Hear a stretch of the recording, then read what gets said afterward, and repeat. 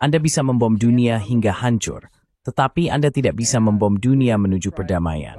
Dan kita telah mencoba membom dunia menuju perdamaian. Itu adalah bagian dari virus yang telah menyusup ke dalam tubuh politik kita, yang dipicu oleh kompleks industri militer yang menghasilkan uang dalam jumlah besar. Pembuatan dan penggunaan alat perang terhadap siapapun, mereka tidak peduli siapa yang kita lawan selama kita menggunakannya. Kita tidak hanya menggunakannya, tetapi kini juga mencoba pengekspor sinses reimbursen youthlang.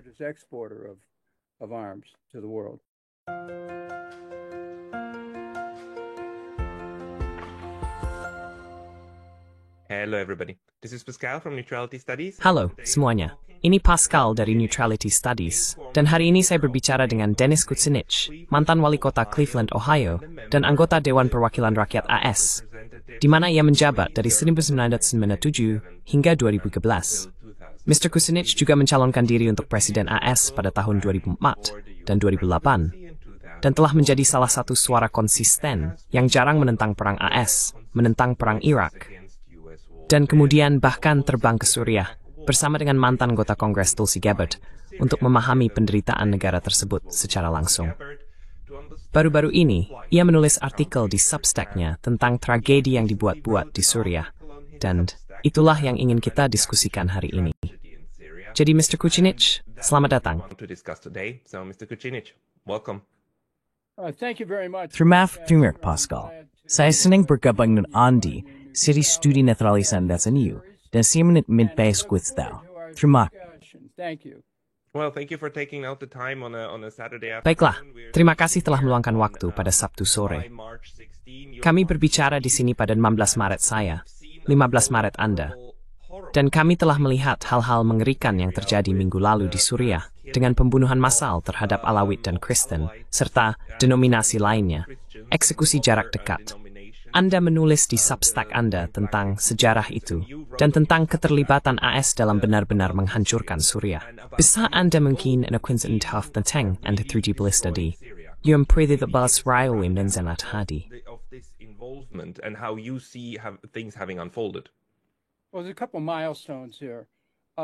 Nah, ada beberapa tonggak di sini. Salah satunya adalah dimulainya pemerintahan Netanyahu di Israel. Ada sebuah platform yang tampaknya diadopsi untuknya, yang disebut Clean Break. Clean Break adalah sebuah pergeseran dari pemerintah Israel sebelumnya, yang bekerja untuk menciptakan perdamaian melalui program tanah untuk perdamaian. Strategi Clean Break pada dasarnya mengatakan kita akan memutuskan dari semua itu, dan mengambil pendekatan yang lebih tegas, yang akhirnya berubah menjadi apa yang terjadi di Israel hari ini, sehubungan dengan Gaza dan tepi barat. Amerika Serikat terlibat dengan sejumlah orang yang merancang strategi Clean Break untuk Israel yang masuk ke dalam pemerintahan Bush, dan mereka berada di posisi kunci untuk merancang kebijakan yang akan membantu pelaksanaan strategi Clean Break.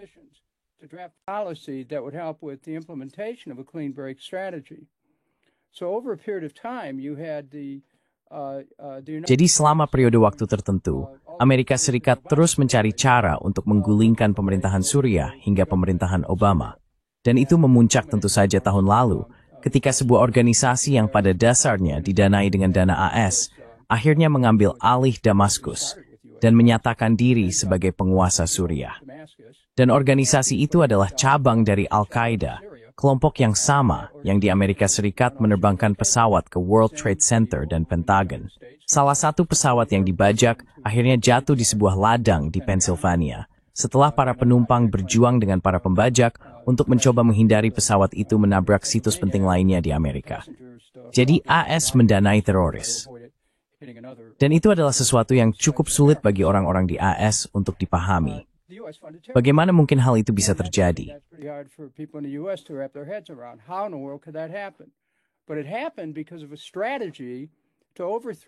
Namun, itu terjadi karena strategi untuk menggulingkan pemerintah Suriah dengan segala cara.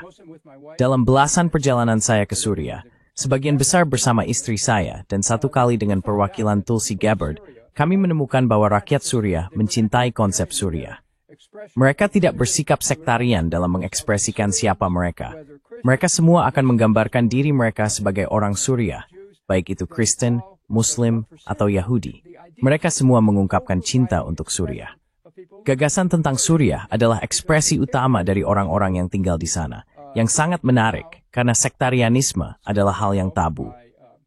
Dan sekarang, Suriah dikuasai oleh Salafi yang, minggu lalu, pasukan kematian mereka membunuh lebih dari 1.500 orang, baik Alawit maupun Kristen, sebagai bagian dari pembersihan orang-orang yang memiliki agama berbeda yang menyimpang dari ortodoksi kaku ini.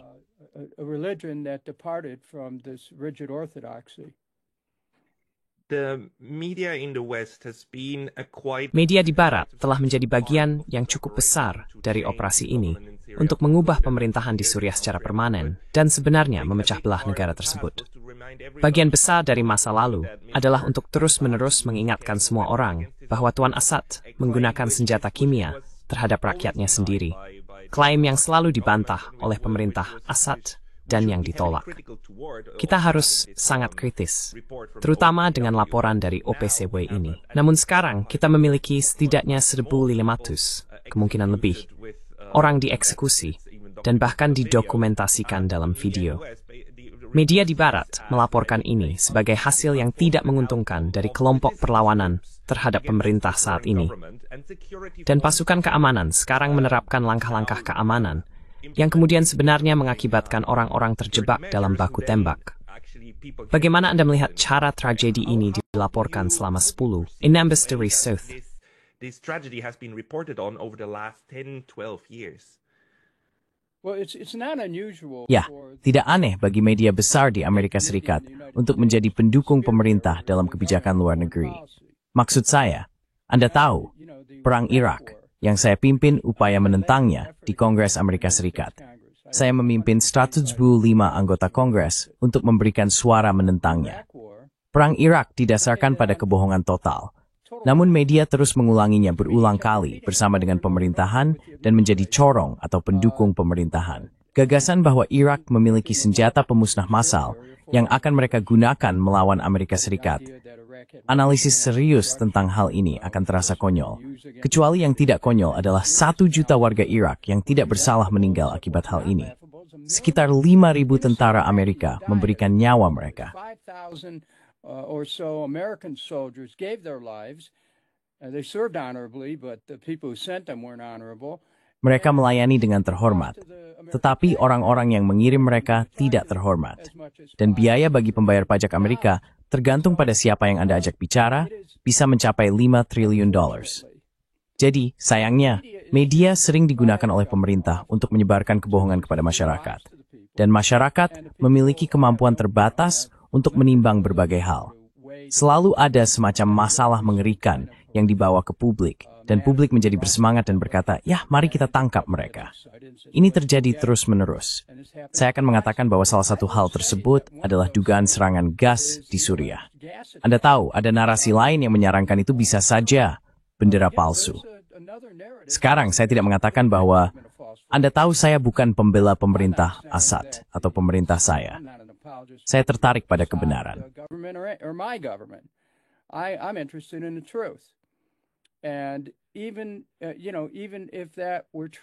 Dan bahkan, Anda tahu, bahkan jika itu benar, ya, juga benar bahwa jauh sebelum itu, kami membayar orang untuk masuk ke Suriah untuk menggulingkan pemerintah.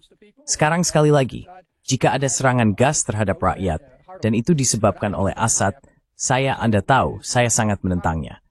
Tapi saya tidak yakin itu yang terjadi. Dan jadi tidak jarang bendera palsu diciptakan yang akan menarik sebuah negara ke dalam konflik. Itu terjadi dalam Perang Dunia Might dengan Lusitania. Itu terjadi dalam Perang melawan Vietnam yang dihasilkan dari resolusi Teluk Tonkin.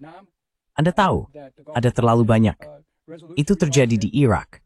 Ada terlalu banyak contoh negara-negara yang ditarik ke dalam konflik berdasarkan kebohongan yang disengaja, kebohongan yang direncanakan, yang membangkitkan perasaan emosional di antara orang-orang. Dan kemudian mereka berkata, ya, serang mereka.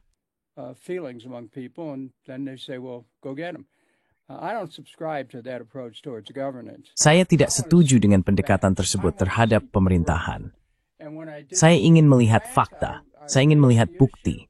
Dan ketika saya tidak melihatnya di Irak, saya mengangkat masalah ini, dan saya memberikan dokumen tersebut kepada setiap anggota Kongres. Anda tahu, kita akan memperingati ulang tahun Irak, peringatan serangan ke Irak pada tahun 2003. Dan saya katakan kembali pada tahun 2002, tidak deniskisme sumber berdandingan 1911 dengan Al-Qaeda dalam 19 atau dengan suku antraks di Iskotinki. With the anthrax attack on our capital, Iraq didn't have the intention or the capability of attacking the United States. Irak tidak memiliki niat atau kemampuan untuk menyerang Amerika Serikat, tidak memiliki senjata pemusnah massal yang dibanggakan. Itu semua adalah bagian dari upaya, sebagai bagian dari rencana yang lebih besar untuk menggulingkan sebuah negara di Timur Tengah, merebut sumber daya minyaknya, dan kita terus melanjutkannya. Dan kemudian Anda memiliki Irak, Libya, Suriah, dan orang-orang yang mencoba memprovokasi serangan terhadap Iran. Akal sehat, it's kind to the force, analogy epithgrari, hanya mengembangkan semua melit ideologis di menarik orang kork. Ideological pretenses that draw people into conflict. But, one of the... Tapi, Anda tahu, salah satu orang di jalan, kita akan mengharapkan bahwa, sulit bagi kita untuk menilai apa yang sebenarnya terjadi dalam politik dunia. Tapi, orang-orang seperti Presiden Amerika Serikat dan anggota Kongres seperti Anda memiliki akses ke lebih banyak informasi, ke intelijen. Anda seharusnya tahu apa yang sedang terjadi. Saat Anda berada di Kongres, apakah Anda bisa mempercayai kasus umum dan informasi yang Anda dapatkan? Apakah Anda memiliki akses ke lebih banyak informasi? Ataukah anggota Kongres sama bergantungnya pada media umum seperti kita orang biasa?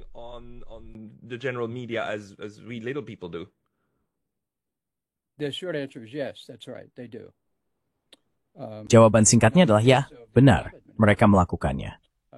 Sekarang, dalam kasus pemerintahan Obama, Presiden Obama mengeluarkan keputusan presiden yang menjadikan perubahan rezim di Suriah sebagai kebijakan pemerintah.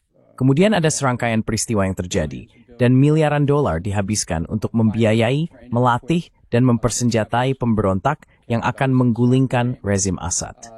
Namun pada dasarnya, CIA yang memegang kendali dan CIA yang menjalankannya.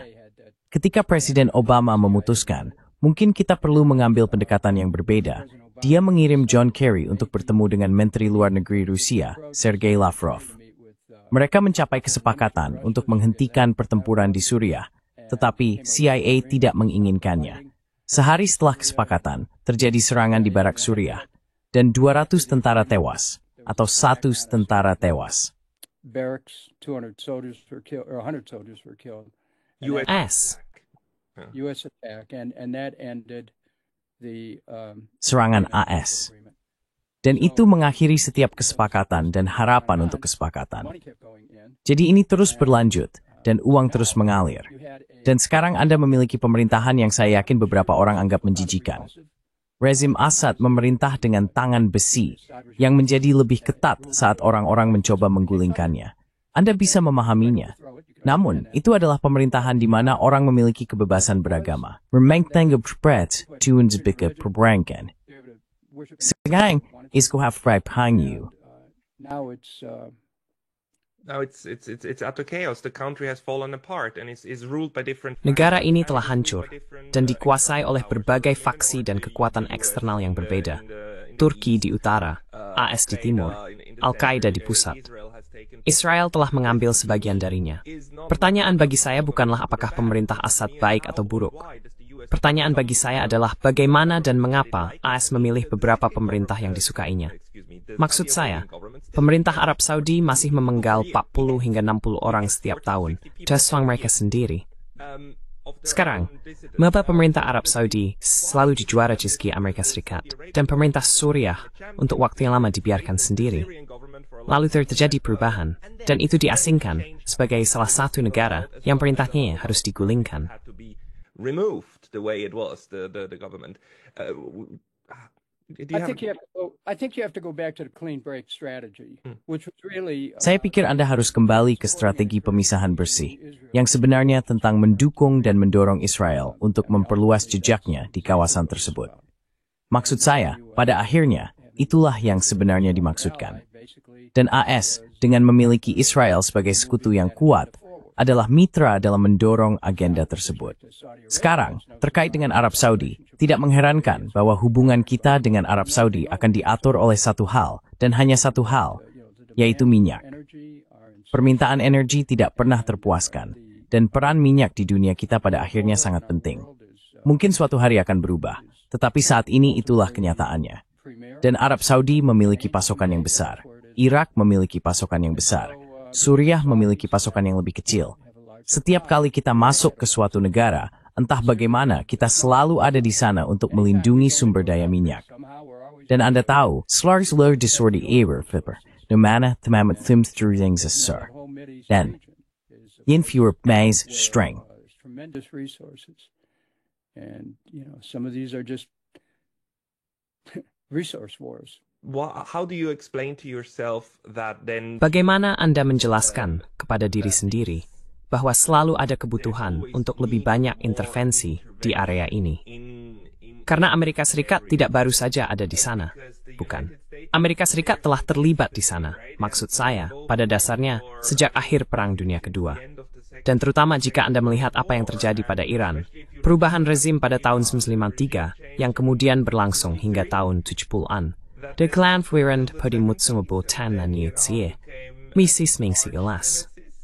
in this region for actually still no good reason?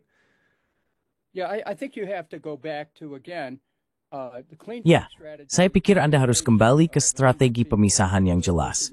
Integrasi sejumlah orang ke dalam pemerintahan Bush yang merupakan penulis dari strategi tersebut, dan kemudian gerakan cepat yang menciptakan aliansi yang lebih intensif antara pemerintah Amerika Serikat dan Israel. Maksud saya, salah satu sidang pertama yang saya hadiri sebagai anggota Komite Reformasi atau Pengawasan Pemerintah adalah ketika Benjamin Netanyahu tampil di hadapan komite. Saya mengutip sesuatu yang bisa ditemukan orang di internet. Anda tinggal mengetik, anggota Kongres Kucinich bertanya kepada Benjamin Netanyahu, dan Anda akan melihat bahwa Hega Halishu, itu bersaksi, dan meyakini mendorong Amerika Serikat untuk menyerang Irak. And I suppose encouraged the United States to invade Iraq. And I questioned him and said, who else do you want to... Dan saya bertanya padanya, dan berkata, Anda tahu siapa lagi yang Anda ingin kami kejar? Dan dia menyebut Suriah dan Iran. Setelah sidang, saya bertemu dengannya di lorong, dan saya berkata, Anda tahu, Tuan Netanyahu, jelaskan sesuatu kepada saya. Jika Anda begitu terganggu dengan Irak, Suriah, dan Iran, mengapa Anda tidak melakukannya? Dan dia menjawab, oh tidak. Anda bisa melakukannya. Kami ingin Anda melakukannya. Ada gagasan bahwa AS, karena komitmennya terhadap Israel sebagai demokrasi di Timur Tengah, karena komitmen historisnya terhadap Israel, dan Anda tahu, saya mendukung Israel. Tetapi, Anda tahu, di mana batas harus ditarik adalah siapa yang bertanggung jawab atas kebijakan luar negeri AS di Timur Tengah. Is who's in charge of U.S. foreign policy in the Middle East. And there's always questions raised about that.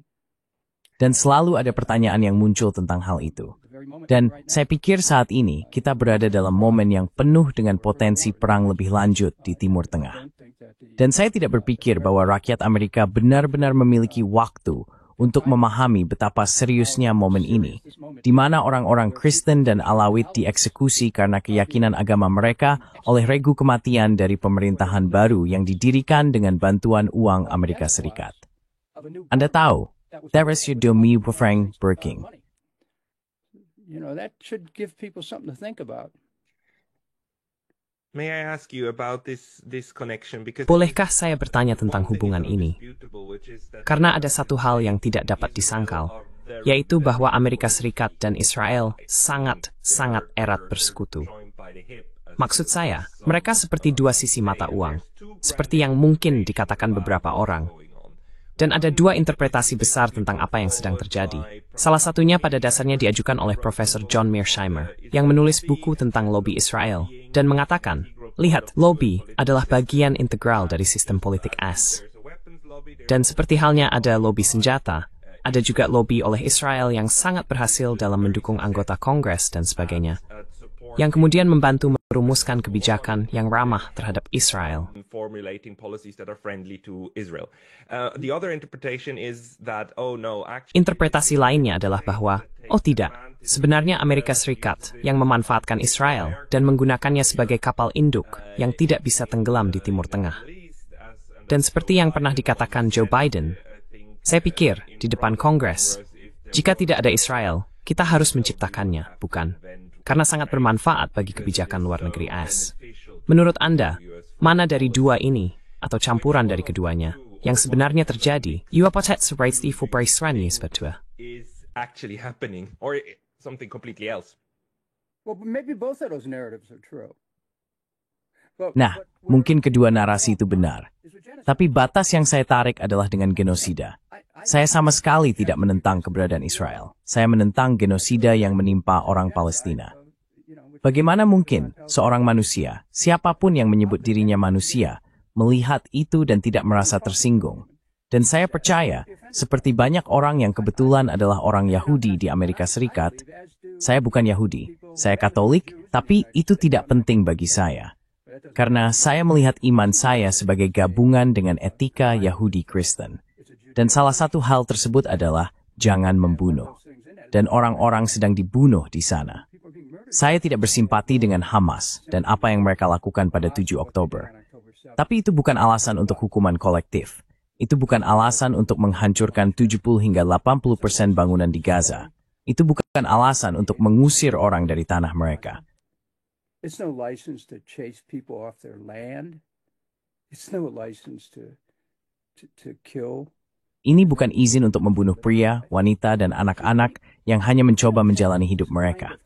Lihat, jika kita tidak menantang perilaku semacam ini, baik itu dilakukan oleh teman atau musuh, kita menjadi kurang manusiawi. Dan saya pikir ketika itu adalah teman, seperti Israel yang merupakan teman Amerika Serikat, kita memiliki tanggung jawab lebih besar untuk mengatakan, hentikan, dan menemukan cara untuk mewujudkan perdamaian di wilayah tersebut. Bukan perdamaian kuburan, bukan perdamaian yang datang dari mengusir semua orang dari tanah, tetapi yang datang dari ilmu hubungan manusia, mengesampingkan keserakahan, keinginan yang dimiliki orang untuk menguasai sepenuhnya suatu tanah. Anda tahu, AS harus berperan dalam mewujudkan perdamaian di Timur Tengah. Dan itu akan datang, saya pikir. First, making beberapa diskusi yang sangat sulit dengan tepisis di Israel. Very difficult discussions with our friends in Israel. The tragedy, or a big part of the Tragedinya, atau sebagian besar dari tragedi itu, adalah bahwa Amerika Serikat dalam tindakan bicaranya selalu membenarkan menjatuhkan bom demi perdamaian. Maksud saya, kita perlu membawa perdamaian, tetapi perdamaian akan datang melalui bom, karena Anda perlu membunuh teroris. Anda perlu menyingkirkan rezim Assad. Anda perlu menyingkirkan. Jadi semua orang membenarkan perang dengan cara perdamaian. Jadi pertanyaan bagi saya adalah, siapa di Kongres? Siapa di Amerika Serikat? Yubis mari seka. Tuigaroy memalings. Dari semeng. like, no, we will bring peace by peaceful means. Well, I did Would that happen? I did that for 16 years. Okay? Nah, saya sudah melakukannya. Saya melakukannya selama 16 tahun. Oke. Dan saya ingin mengutip filsuf hebat, Michael Franti, yang merupakan musisi rock yang menciptakan lagu dengan lirik seperti ini. Anda bisa mengebom dunia hingga hancur, tetapi Anda tidak bisa mengebom dunia menuju perdamaian. Dan kita telah mencoba mengebom dunia menuju perdamaian. Dan itu adalah bagian dari virus yang telah menyusup ke tubuh politik kita, yang dipicu oleh kompleks industri militer, yang menghasilkan jumlah uang yang sangat besar. Dan pembuatan serta penggunaan alat perang terhadap siapapun, mereka tidak peduli siapa yang kita lawan selama kita menggunakannya. Jadi bagaimana kita mengubah itu? Tunggu. Kita tidak hanya menggunakannya, tetapi kita juga merupakan pengekspor senjata terbesar di dunia. Bagaimana kita mengubah itu?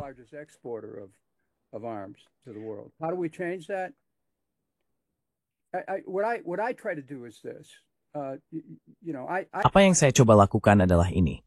Saya mencoba berbagi dengan orang-orang kemungkinan bahwa kita semua terbuat dari bahan yang sama. Teori genom manusia mengatakan bahwa secara genetik, kita semua 99,9% sama.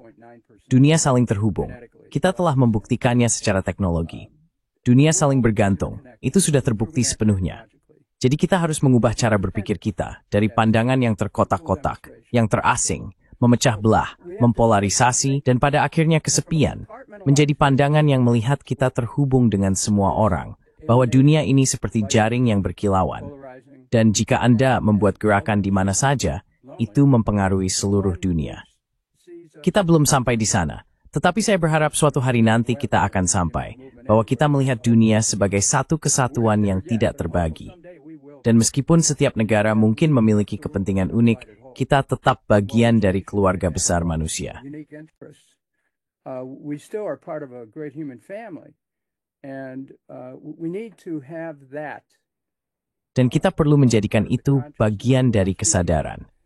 Jadi yang saya bicarakan adalah perubahan kesadaran yang diperlukan agar orang memahami kesamaan mereka. Kita memiliki lebih banyak kesamaan daripada perbedaan sebagai manusia. Ketika politik digunakan untuk memecah belah orang, atau ketika digunakan untuk melegalkan pembunuhan, disitulah saya berpisah dari teman dan kolega saya di Kongres dan berdiri teguh untuk persatuan manusia, bahwa kita semua adalah satu. Dan jika kita melakukannya, ada kemungkinan bahwa suatu hari kita akan mencapai tempat di mana kita akan melihat perdamaian. Tetapi itu hanya bisa terjadi ketika kita berhenti memunculkan kelompok luar. Ketika kita melihat manusia sebagai aspek dari diri kita sendiri, dan bukan sebagai orang asing.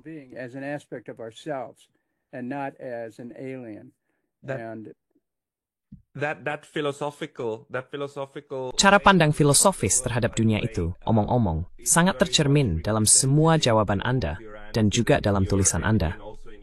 Yang saya ingin tahu adalah apa yang bisa dilakukan pada tingkat institusional dengan pengetahuan Anda tentang Kongres AS dan bagaimana sistem politik AS bekerja.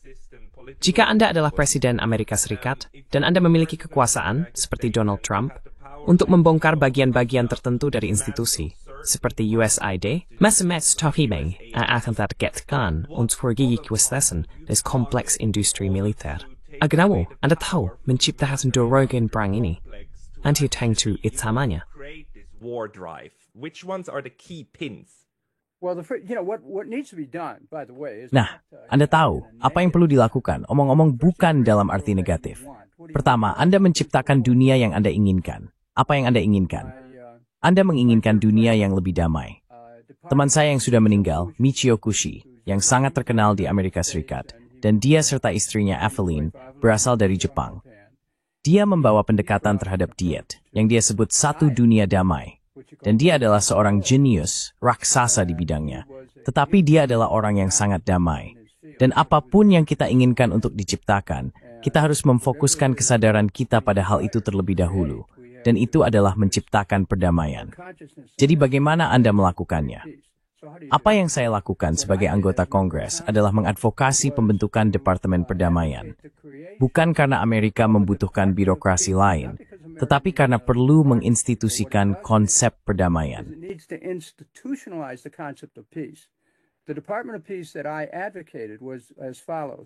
Departemen Perdamaian yang saya advokasi adalah sebagai berikut.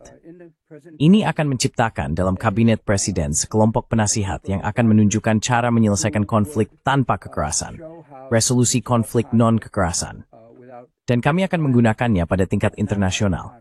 Ini tidak berarti selalu berhasil, tetapi disitulah Anda memulai. Pada tingkat domestik, ini menjadi lebih kritis. Kita perlu masuk ke sekolah-sekolah dan mengajarkan anak-anak tentang memberi damai, berbagi damai, saling menghormati, melihat orang lain sebagai aspek dari diri sendiri, dan menangani wabah di Amerika, yaitu kekerasan.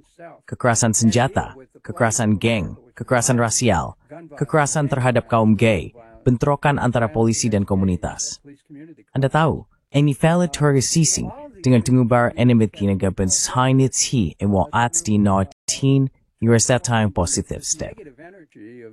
Hate and violence that's out there into something positive.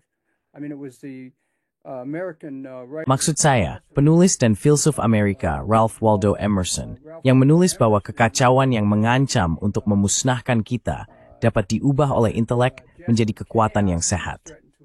Jadi kita pertama-tama fokus pada menciptakan perdamaian di komunitas kita sendiri, karena sulit untuk memahami perdamaian ketika Anda hidup dalam kondisi kekerasan.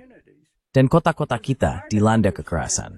Lingkungan-lingkungan dilanda kekerasan. Saya berbicara di sebuah sekolah di pusat kota beberapa hari yang lalu dan meminta anak-anak untuk mengangkat tangan jika mereka pernah mendengar suara tembakan di lingkungan mereka. Setiap tangan terangkat. Anda tahu, Ini adalah tantangan Amerika. Dan jika kita bisa menjadi lebih damai di rumah dan memahami konsep perdamaian itu, kita bisa membagikannya dengan dunia. Tapi kita harus mulai dari rumah.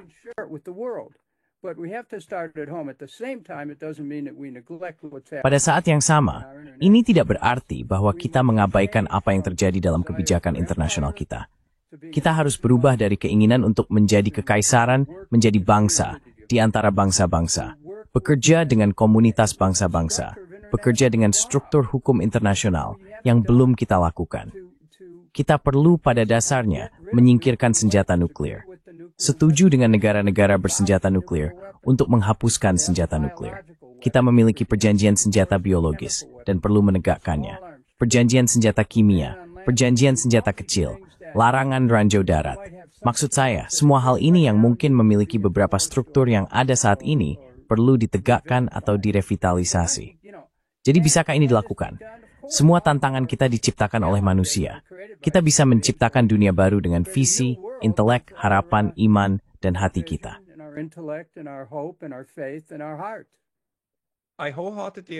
Saya sepenuhnya setuju dengan Anda. Dan ini adalah cara yang sangat positif untuk mengakhiri diskusi ini. Saya ingin mengucapkan terima kasih banyak. Tuan Kucinich, bagi orang-orang yang ingin membaca lebih banyak dari Anda, saya kira mereka harus mengunjungi Substack Anda, atau di mana mereka bisa menemukan Anda.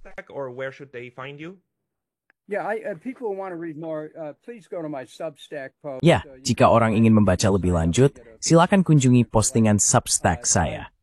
Anda bisa mendaftar dan mendapatkan langganan gratis jika mau. Saya terus menulis di sana, begitu juga istri saya, yang merupakan editor saya. Kami benar-benar melihat apa yang bisa kami lakukan untuk membuat dunia menjadi tempat yang lebih baik. Anda tahu, kita tidak ditakdirkan untuk kehancuran. Kita perlu benar-benar mengangkat mata dan hati kita ke sesuatu yang terhubung dengan cara yang penuh kasih dan belas kasih dengan orang-orang di seluruh dunia. Dan lihat, saya tidak berbicara sebagai seseorang yang naif tentang hal ini. Karier saya ada di politik lokal. Saya pernah menjadi anggota dewan. Saya pernah menjadi panitera pengadilan, posisi yudisial, dan saya adalah wali kota termuda di Amerika, wali kota Cleveland.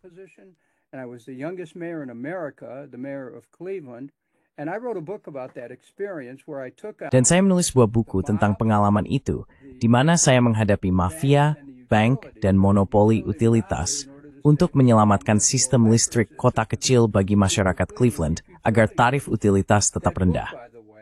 Buku itu, bagi Anda yang tertarik, berjudul The Division of Light and Power, dan Anda bisa mendapatkannya secara online. Saya adalah seorang wali kota muda yang berjuang dalam pertempuran yang belum pernah terjadi sebelumnya di tingkat kota dalam sejarah Amerika. Saya berharap ini akan diadaptasi menjadi serial TV sekarang, karena sudah lama berlalu, tetapi saya bisa katakan bahwa saya praktis. Pendekatan saya adalah akal sehat.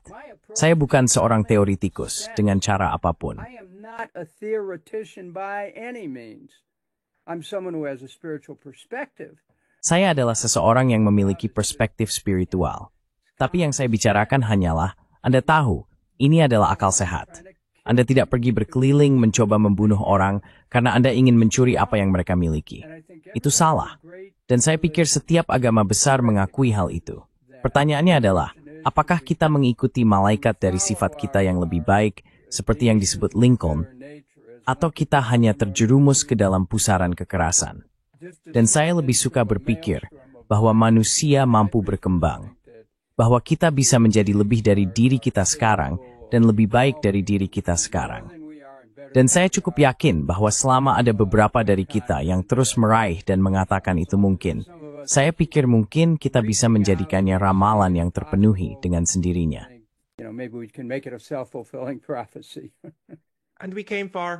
Dan kita datang ke planet dengan 8 miliar orang. Kita belum pernah sebanyak ini. Jadi kita hanya perlu membuat ini sedikit lebih damai. Dennis Kucinich, terima kasih banyak atas waktunya hari ini. Efektif.